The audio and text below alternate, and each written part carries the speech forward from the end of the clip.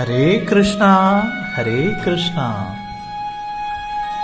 കൂട്ടുകാരെ, ഇന്ന് ഭഗവത്ഗീത ധ്യാനത്തിലെ 4-ാമത്തെ ശ്ലോകമാണ് കേട്ടോ.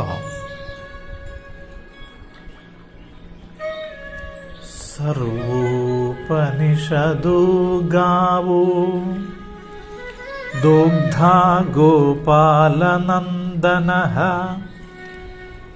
പാർത്ഥോ വത്സ സുധീർ ഭോക്താ ദുഗ്ധം ഗീതാമൃതം മഹത്. അതായത് ഇതിൻ്റെ അർത്ഥം എന്താണെന്നറിയോ? ഇപ്പം പറഞ്ഞു തരാം കേട്ടോ. സർവോപനിഷദ, എല്ലാ ഉപനിഷത്തുക്കളും ഗാവഹ, പശുക്കളാകുന്നു. ദോഗ്ധ എന്ന് വെച്ചാൽ കറവക്കാരൻ എന്നർത്ഥം. അതാരാണ്? ഗോപാലനന്ദനഃ, ഗോപാലന്റെ പുത്രൻ, അതായത് ശ്രീകൃഷ്ണൻ എന്നർത്ഥം. അതായത് ഉപനിഷത്തുക്കളെല്ലാം കറവ പശുക്കൾ. ഭഗവാൻ ഗോപാലകൃഷ്ണൻ കറവക്കാരൻ, അർജുനൻ പശുക്കുട്ടി.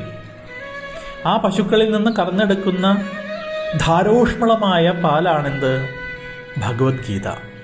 അത് ആസ്വദിക്കുന്നവൻ ജ്ഞാനിയാകുന്നു. അതായത് ചുരുക്കി പറഞ്ഞാൽ, അർജുനനെ പശുക്കുട്ടിയാക്കി ഉപനിഷത്തുക്കളാകുന്ന പശുക്കളിൽ നിന്ന് ഗോപാലകൃഷ്ണനാകുന്ന കറവക്കാരൻ യഥാർത്ഥ ജ്ഞാനിക്ക് ആസ്വദിക്കാൻ കറന്നെടുത്ത നറും പാലാണ് എന്ത്? മഹത്തായ ഗീതയെന്നു സാരം. എല്ലാവർക്കും നല്ലത് വരട്ടെ. നമസ്തേ.